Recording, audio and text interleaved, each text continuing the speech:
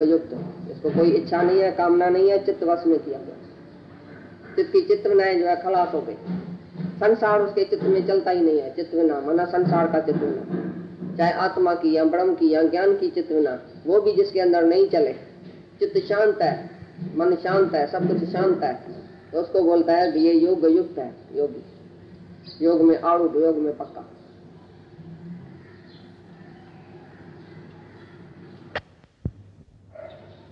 जिसकी सूक्ष्म बुद्धि हो गई वो बाहर कुछ चाहेगा? स्थूलता जगत जो है उसके अंदर से गुम हो गया, सारा स्थूल जगत उसके अंदर से गुम हो गया, अभी चाहेगा क्या? जो नहीं चाहता है नहीं सोचता है। तुम चाहेगा तभी सोचेगा। जब ऐसा करके कोई बैठता है ना, हम समझते हैं ये चाहता है कुछ अंदर, इसके लिए सोचता है। वो चाहता ही नहीं है, सोचेगा क्यों? जैसे भगवान करे, जैसे भगवान किया है सब अच्छा ही किया है, तो मैं क्यों सोचूं? जो सोचने बैठ जाता है, समझ जाओ तो उसके अंदर कोई चाहना है, इच्छा है। तो बुद्धि में स्थूल पदार्थ पड़े, स्थूल जगत पड़े, तभी तो चाहना करता है, तभी तो सोच रहा है, तभी तो ग्रहण त्याग करता है, तभी तो सुखी दुखी होता है। यही है बंधन उसका। जब सूक्ष्म बुद्धि में आ जाएगा, सोचेगा ही कुछ नहीं, नहीं चाहेगा, नहीं सोचेगा। जिस प्रकार वायु रहित स्थान में स्थित दीपक नहीं चलायमान होता है, वैसी ही उपमा परमात्मा के ध्यान में लगे हुए जीते हुए चित्त की कही गई है। जैसे वायु रहित स्थान में दीपक कैसे शांत रहता है, दीपक को तुम वायु में रखो बाहर, तो फड़ फड़ फड़ फड़ करेगा, ऐसा चंचल हो जाएगा।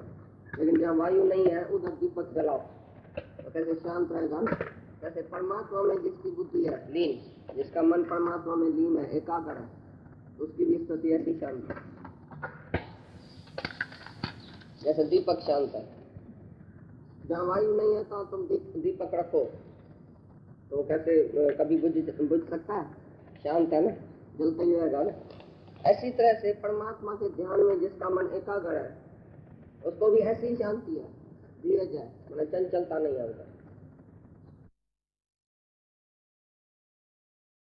हवा में रखेगा दीपक तो चंचल होएगा, फड़फड़ करेगा, बुझ जाएगा, कभी कमती हो जाएगा, कभी जास्ती हो जाएगा। हवा में रखे हुए दीपक क्या क्या हाल होता है। लेकिन जहाँ हवा नहीं है, शांत वातावरण में, शांत वायुमंडल में, जहाँ दरी दरवाजा बंद है, उधर तुम दीपक जलाओ तो उसकी रोशनी हमेशा जो है ऊपर रहेगी, हमेशा चमकता रहेगा और कभी बुझेगा नहीं। ऐसी तरह से परमात्मा के ध्यान में लगा हुआ मन, एकाग्र योग में लगा हुआ मन, उसको भी ऐसी शांति है, कोई चंचलता नहीं है उसमें अंदर, शांत वातावरण में बैठा है, शांत अंदर बैठा है। क्योंकि वायु माया रूपी वायु उसको नहीं लगती है, बाहर इंद्रियों को भेजता नहीं है जो विषय रूपी वायु उसको लगे। विषय विकार रूपी वायु, माया रूपी वायु उसको लगती नहीं है। वैसे एटमॉस्फेयर में बैठा है, सत्संग के एटमॉस्फेयर में बैठेगा, गुरु के संग में बैठेगा, सत्संग में बैठेगा, तो इधर शांत वातावरण है, शांत वायु है, इधर कोई विषय विकार बैर की बात, इधर उधर की बात नहीं है। उधर मन को ऐसी एकाग्रता आ जाती है, सीधा ही सीधा परमात्मा में लग जाता है। तो जैसे वायु रहता स्थान में दीपक कैसा शांत है, कैसा जलता रहता है, ऐसी तरह से विषय विकार रूपी वायु जहाँ नहीं लगती है, माया की कोई वायु नहीं लगती है, ऐसे स्थान में बैठने से परमात्मा का जितना ध्यान रखेगा उतना ही मन शांत होगा। तो मन जो है वो परमात्मा में जिसका लीन हो गया है और बाहर की वायु, बाहर की हवा उसको नहीं आती है, तभी वो एकाग्र है, वो शांत है। जैसे दिया हमेशा चमकता रहता है, तैसे उसका मन भी हमेशा चमकता रहेगा। आत्मा में, आत्मा की लौ हमेशा चमकती रहेगी, वो कभी बुझेगा नहीं, ज्ञान उसका कभी नष्ट नहीं होगा। ज्ञान की लौ हमेशा उसके अंदर में दीपक जलता रहेगा।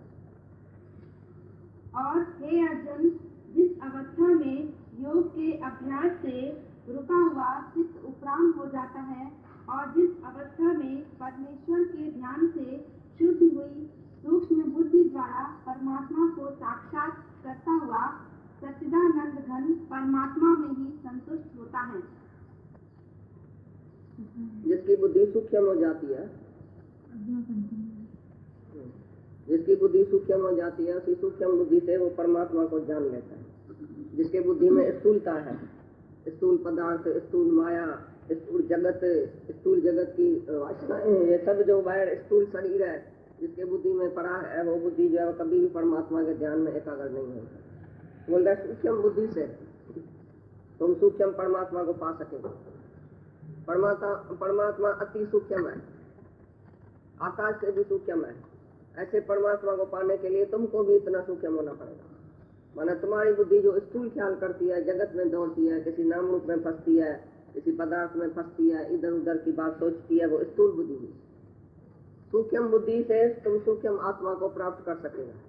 गुरु बैठ के तुम्हारी सूक्ष्म बुद्धि करता है, और सूक्ष्म माना स्थूल पदार्थ, स्थूल देह, स्थूल सब बातें तुम्हारे अंदर से निकालता है।